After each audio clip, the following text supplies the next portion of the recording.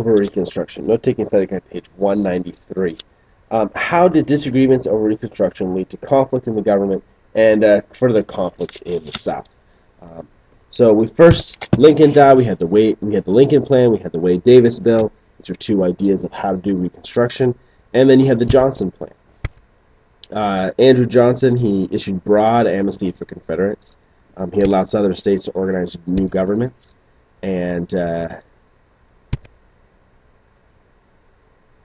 elect representatives. However, Congress rejected this plan.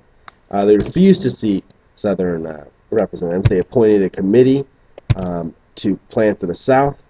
They passed the Civil Rights Act of 1866, which granted citizenship to African Americans and guaranteed their civil rights. Johnson vetoed this plan. He vetoed the Civil Rights Act, and vetoed the bill that extended the life of the Freedmen Bureaus. He wanted to get rid of that.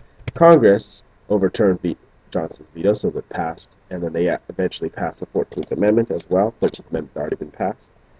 And so all people born or naturalized in the United States are citizens. All citizens are guaranteed rights. Citizens are promised due process of the law.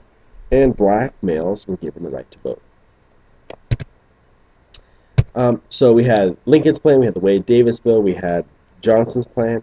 All of those were not implemented. Then you basically had radical Reconstruction. This was their kind of plan. So they imposed military rule on states that rejected the 14th Amendment. To join the Union, states had to write new constitutions, and they had to ratify the 14th Amendment. They opened African Americans to register to vote. In the South, they built a strong following with the key groups, and they opened public schools as well.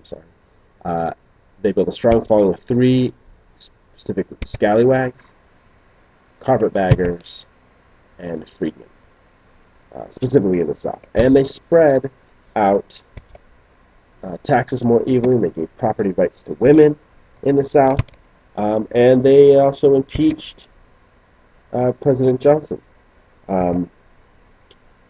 They passed the 15th Amendment, and this stated that states could not deny the right to vote based on color, race, or previous condition of servitude, meaning slavery.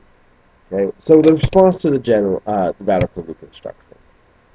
In General Ulysses S. Grant was elected in 1868, and the response in the South was the Ku Klux Klan and other secret societies terrorized African Americans and their white allies.